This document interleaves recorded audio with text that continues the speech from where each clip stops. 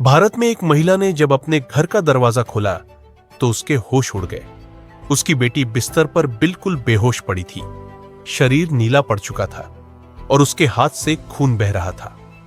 जांच में पता चला कि उसे जहरीले सांप ने काट लिया था। महिला अपनी बेटी को फौरन अस्पताल ले गई, लेकिन डॉक्टरों ने कहा बहुत देर हो चुकी थी। वो युवती, जिसका नाम उथरा था, घंटों पहले ही एक बेहद जहरीले किंग कोबरा के जहर से मर चुकी थी। लेकिन सवाल यह था, किंग कोबरा आखिर बंद कमरे में कैसे पहुंचा? और अगर उसे सांप ने काटा तो वो चीखी क्यों नहीं? पुलिस को परिवार के बयानों में कई गड़बड़ियां दिखी। तब शुरू हुई एक ऐसी जांच जिसने पूरे देश को हिलाकर रख दिया। जब पुलिस ने सीसीटीवी फुटेज देखी तो सामने आई एक हिला देने वाली सच्चाई। वो वीडियो सोशल मीडिया पर वायरल हो गया और लोगों के बीच लंबे समय तक चर्चा का विषय बना रहा। आज हम आपको इस डरावनी और दिल दहला देने वाली सच्ची कहानी के हर पहलू से रूबरू कराएंगे।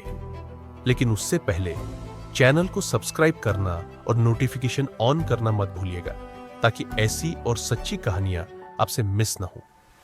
उथरा एक मासूम और खास लड़की थी। बचपन से ही उसे मानसिक रूप से कुछ कठिनाइयां थी, जिससे वो खुद पर पूरी तरह निर्भर नहीं रह पाती थी। जब वो बड़ी हुई तो परिवार ने सोचा कि उसे एक अच्छा, समझदार जीवन साथी मिलना चाहिए जो उसका ख्याल रख सके। मार्च 2018 में उसकी शादी हुई सूरज कुमार नाम के एक बैंक कर्मचारी से।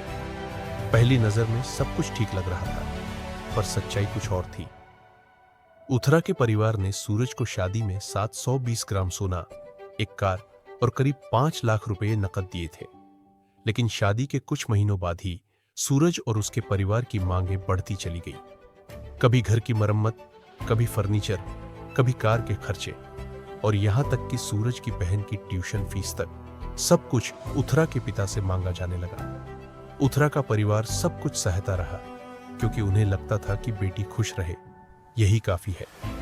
लेकिन सूरज का लालच बढ़ता गया। वो अपनी पत्नी से नफरत करने लगा, क्योंकि उसकी मानसिक हालत उसे कमजोर लगती थी। और यहीं से सूरज ने सोचना शुरू किया, कैसे उथरा से छुटकारा पाया जाए। सूरज को बचपन से ही सांपों में दिलचस्पी थी। वो घंटों यूट्यूब पर सांपों के वीडियो देखता, खासकर मशहूर स्नेक एक्सपर्ट वावा सुरेश के चैनल पर। वहीं से उसने सीखा कि जहरीले सांपों को कैसे संभालना है, और यहीं से उसके दिमाग में आया एक खतरनाक ख्याल। 26 फरवरी को सूरज ने एक तस्कर से सिर्फ 11,000 रुपये में रसेल वाइपर खरीदा। अगले दिन उसने वो सांप सीढ़ियों पर छोड़ दिया ताकि उथरा को काट ले। लेकिन उथरा ने सांप देख लिया और जोर से चीख पड़ी। सूरज को डर के मारे उसे बचाने का नाटक करना पड़ा, लेकिन उसने हार नहीं मानी। कुछ दिन बाद उसने फिर कोशिश की। इस बार उसने उथरा के खाने में नशे की दवा मिला दी। जब वो बेहोश हो गई तो उसने सांप को उस पर छोड़ दिया। सांप ने काट लिया और उथरा दर्द से तड़प उठी। फिर सूरज ने उसे अस्पताल पहुंचाया और झूठ बोला कि वो कपड़े धो रही थी, तभी काट लिया। उथरा ने कहा, मैं कभी रात में कपड़े नहीं धोती। लेकिन उसकी मानसिक हालत के कारण किसी ने उसकी बात पर ध्यान नहीं दिया। उथरा 52 दिन अस्पताल में रही। जब वो घर लौटी तो चल भी नहीं पा रही थी। उसके पैर अभी भी पट्टियों में बंधे थे। और ठीक इसी वक्त सूरज ने तीसरी और आखिरी साजिश रची। 6 मई की रात उसने फिर उसी तस्कर से एक किंग कोबरा खरीदा।